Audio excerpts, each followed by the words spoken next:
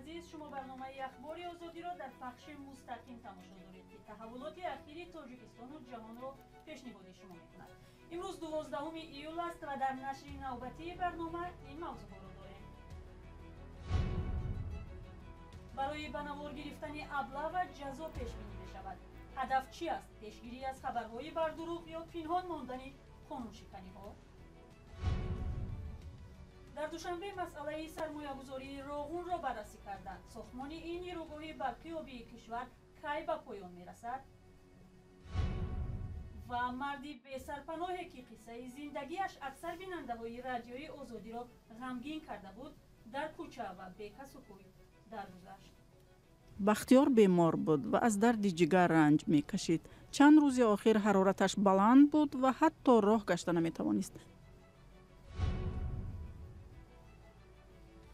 وزارت مدافع تاجیکستان پیشنهاد کرده است که برای پهن کردن خبر و آوازهای دروغ درباره ارتش جزا پیش بینی شود. یعنی امکان دارد اکنون برای ثبت نوار از لحظه ابله و هم کس مجازات شود. این پیشنهاد نگرانی‌ها را در جامعه به بار آورده است. همکارم مومین احمدی با خبرنگاران و حقوقشناسان در این باره صحبت کرد و حالا با ما در استودیو قرار دارد. مومین، هدف از چنین پیشنهاد وزارت مدافع چی است و ژورنالیستان و فعالان در این باره چی میگویند؟ بله زرانگیز، این پیشنهاد به پارلمان فرستاده شده است تا در کدکس حقوق ویرانکنی ماموریت وارد کرده شود. وزارت گفته است آنهایی که درباره ارتش دروغ میگویند جریمه یا حبس ماموری شوند، ولی نگرانی از آن است که مقامات با این راه میخواهند پیش راهی تنقید از جلب مجبوری جوانان یا ابله به ارتش و شرایط ناخوب ارتش را بگیرند. اکثر روزنامه‌نگاران این پیشنهاد را همچون یک راه نوی فشار به خبرنگارانی که دانستند که همساله درباره ابله و دعوت جوانان با زور گزارش آماده میکنند میدانند. ببینید که همساله ژورنالیستان از ابله شدن این یا آن جوان گزارش پخش میکنند. بعضا نوار پخش می شود که چی طور جوان را بازداشت کرده به ارتش میبرند. خود جوان ها از ابله میگویند، نزدیکانشان میگویند که او ابله شده است، ولی وزارت مدافع میگوید که چنین چیزی نبود، یعنی دروغ بود. پس از این منطقی وزارت مدافع نگاه کنیم، اونگاه هر کسی درباره ابله می نویسد به جوابگری کشیده می شود. دیگر هدف وزارت طرز دادن نزدیکان آن جوانان هست که ابله می شوند تا درباره بازور به ارتش بردن فرزندشان بر رسانه ها شکایت نکنند. پیامد این پیشنهاد چی میتواند باشد مومین؟ آیا خبری ابله و دیگر مشکلات در ارتش را میتواند کم کند؟ زرانگیز، البته با گفته حقوقشناسان این راه حل نیست. راه حل این است که ابله باید از میان برده شود و آنگاه خبری از آن پخش نخواهد شد. مظفر باباجانov حقوقشناس میگوید که این یک نمود محدودیت برای آشکار نمودن کمبودی ها در ارتش است. با گفته او اگر این پیشنهاد قبول شود، آنگاه دست افرادی که ارتش را از راه ابله پر میکنند درازتر می شود. معظمه قادر و حقوقشناس دیگر در صحبت با ما گفت شاید این قانون برای مدت نشر چنین خبرها را در رسانه ها کمتر کند، ولی آوازه و پخش آنها در شبکه‌های اجتماعی را بیشتر میکند. او گفت هر وقت مقامات جزا پیش بینی میکنند، پنهانکاری بیشتر می شود و آدمان با نامناسب دیگر در شبکه‌های اجتماعی چنین خبرها را پهن میکنند تا جوابگر نشوند. در این میان بعداً می تواند خبرهای دروغ هم زیاد شود. تشکر همکارم مومین احمدی. در پیشنهاد وزارت برای تعیین کردن جزا درباره به قبل وزارت بدنامسازی این نهاد صحبت میکرد. برنامه را ادامه میدهیم. پس از اعلان اتحاد اروپا که گفت قصد دارد بزرگترین سرمایه‌گذار نیروگاه برقی آبی روغون در تاجیکستان شود، رئیس جمهور امامعلی رحمان با کارهای ساختمانی این نیروگاه آشنا شده است. موضوع جلب سرمایه‌گذار به روغون امروز در نشست خبری وزارت انرژتیک هم بررسی شد. مقامات گفتند حالا با چند شرکت اروپایی برای تولید چرخه برای نیروگاه گفت‌وشنود دارند. گزارش برات یوسفی در این باره است. 4 چرخه و یا اگریگات بعدی نیروگاه بنیادشونده برق آبی روغون تولیدات اروپایی خواهد بود. در این باره جمشید شویمزاده معاون اول وزیر انرژتیک و ذخیره‌های آبی تاجیکستان ضمن نشست خبری این نهاد خبر داد. فعلا به گفته او با چند شرکت اروپایی جهت تولید چرخه‌ها برای نیروگاه برق آبی روغون گفت‌وشنودها ادامه دارد. گفتشونیدو با چند شرکت‌های استحصال کننده توربین ایدوما دارد و همین زمان یک نتیجه نظر است با شرکت وویت австриягӣ ба дастрас расида аст ва ба фикрам ки натиҷаи сафари кореи роҳбари давлат ба шумо маълумоти бештар мерасонем.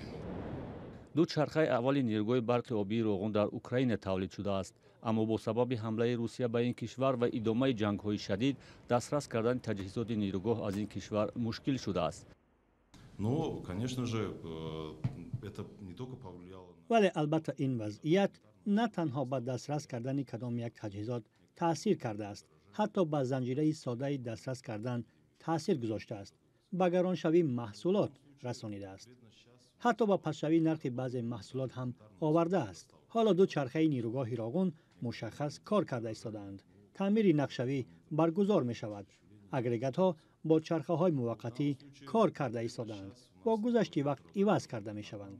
вале дар ин давра мо камчинии ҷиддии таҷҳизотро эҳсос накарда истодаем, ки вобаста ба кишвари мушаххас ва минтақаи низоъ аст.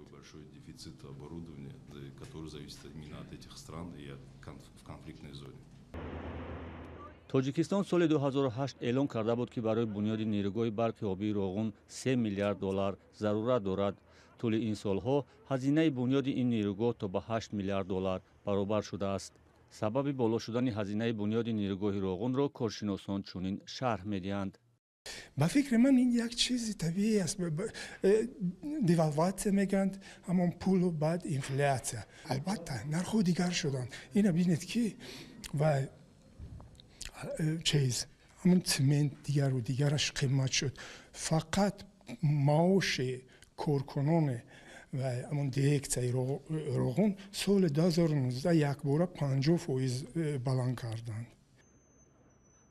соли гузашта дафтари матбуоти президенти тоҷикистон хабар дода буд ки тоҷикистон аз соли 2008 замони оғози корҳои сохтмонӣ дар нирӯгоҳи роғун 25.3 миллиард сомонӣ харҷ кардааст. ду чархаи нирӯгоҳи роғун ки аввали соли 2018 ва дуввуми соли 2019 ба кор андохта шуд, то кунун 2.5 миллиард киловаттсоат нирӯи барқ бо арзиши 500 миллион сомонӣ тавлид кардааст.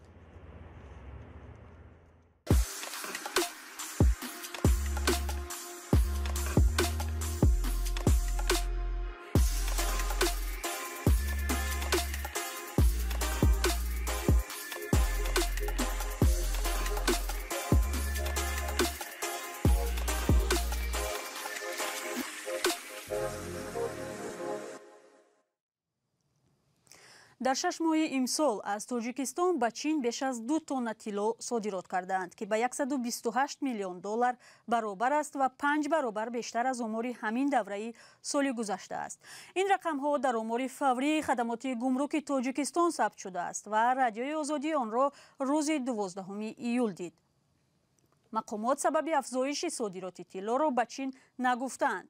чанд ширкати чинӣ ба ҷустуҷӯ ва истихроҷи тилло дар тоҷикистон машғуланд. дар гузашта швейтсария дар дарёфти тиллои тоҷикистон ба истилоҳ яккатоз буд. ҳоло ба назар мерасад самт каме тағйир мекунад.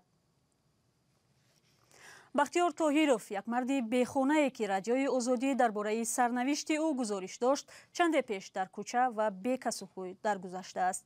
фавти ин марди бехонаро намунае аз тақдири бади афроди оварагар дар тоҷикистон медонанд ки теъдодашон ба тадриҷ зиёд мешавад. фарзон муҳаммадӣ гузориш дорад. як ҳафта пеш дар канори истгоҳҳои нақлиёти наздик ба маҳаллаи 18-уми шаҳри хуҷанд бахтиёр тоҳирови 44-сола фавтидааст. ба гуфтаи шоҳидону ҳолдонҳо вай чанд соли охир асосан дар ҳамин ҷо ва дохили вагону макони нимавайрона зиндагӣ мекард. бахтиёр бемор буд ва аз дарди ҷигар ранҷ мекашид. чанд рӯзи охир ҳарораташ баланд буд ва ҳатто роҳ гашта наметавонист.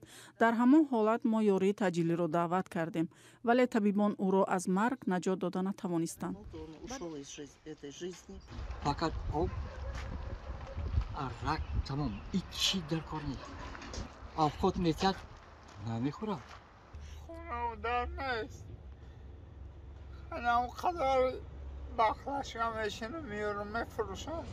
بختیار طاهرов قبلا در یک صحبت ویدیویی به رادیو آزادی گفته بود که 8 سال پیش در جستجوی کار بهتر به مرکزی ولایت سوخت آمده و در اینجا مانده است. همسر و 3 کودک دارد ولی برای خوراندن و پوشاندن آنها امکان ندارد. به نقل خود او وی کفشلگر بود و مدت در نیروگاه سنگتوده نیز کار کرده است. بختیار در پی نابرابری‌های کارش در کوچه مانده اساساً با جمع‌آوری ظرف‌های پلاستیکی روزگارش را می‌گذراند.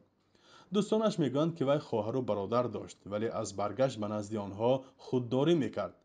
پس از نشر گزارش رادیوی آزادی درباره بی‌سرپناهان که بختیار یکی از آنها بود، کاربران شبکه‌های اجتماعی و مهاجران به یاریش شتافتند، اما باز زندگی پیشینش را اختیار کرد.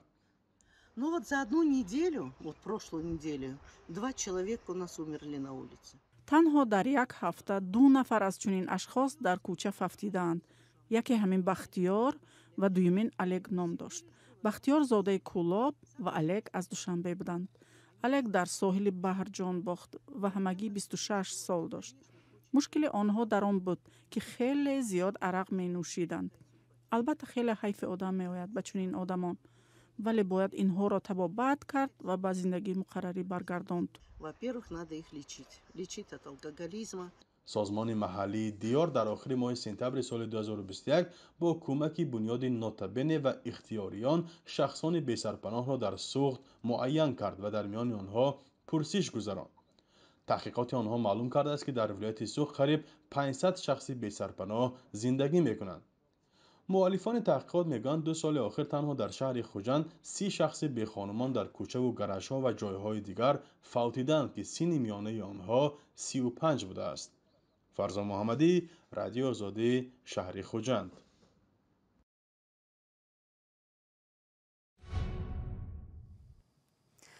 و باز هم خبری ناخوش درباره با فاجعه انجام یافتن تلاش‌های آبازی در تاجیکستان. بنا به اطلاع مقامات در یک شبانه روز اخیر از رودخانه‌های کشور 4 جسد پیدا شده است.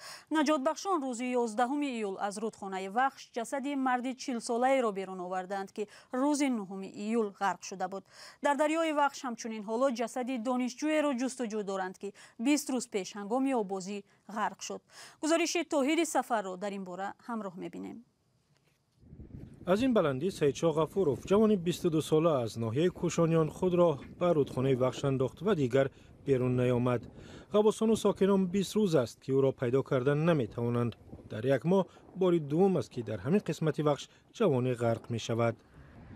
در یک ماه اخیر زیاده از 20 نفر در ولایت ختلان غرق شدند چون به گفته مقامات در موضع‌های خطرناک آبازی کردند. قانون درباره مسئولیت پدر و مادر را کمیته حالتهای فوق‌العاده میگوید مردم را از خطر غرق شوی آگاه میکنند ولی بی‌اعتنایی زیاد است. این همش از بی‌مسئولیتی پدر و مادران که در کل دریا و جایهای خطرناک موضوعی خطرناکی که جریان آبش به نهایت تیز است جوانان بی اهمیتی کرده به شناوری مشغول شده جان خود را از دست دادند. شهر باختر با بیشتر از 130,000 اهالیش گرمترین شهر در جنوب تاجیکستان است و یک حوض شناوری هم ندارد.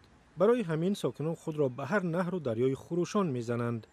نیست دیگه چیکار کنم خودم کنم همین ابانیا میدونن سرشون میمونن در فرقی کم و از در اکثر شهر و نواحی ختلان نیز همین است.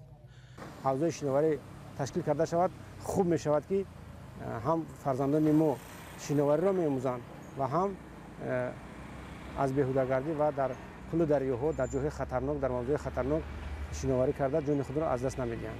ختلان گوشه گرمترین تاجیکستان است و غرق شوی ساکنان در آن نظر به دیگر منطقه‌ها بیشتر مشاهده می‌شود. اکثر آنها در رودخانه وخش که از چند ناحیه می‌گذرد غرق می‌شوند. با همین مطلب این نشر برنامه اخبار را به پایان میبریم، اما شما امکان دارید خبر و گزارش های روز را در وبسایت و هم شبکه های اجتماعی رادیوی آزادی پیدا نمایید. تشکر که تا این لحظه با ما بودید. فردا هم در برنامه شما را انتظاریم. خود را احتیاط کنید و خدا نگهدار.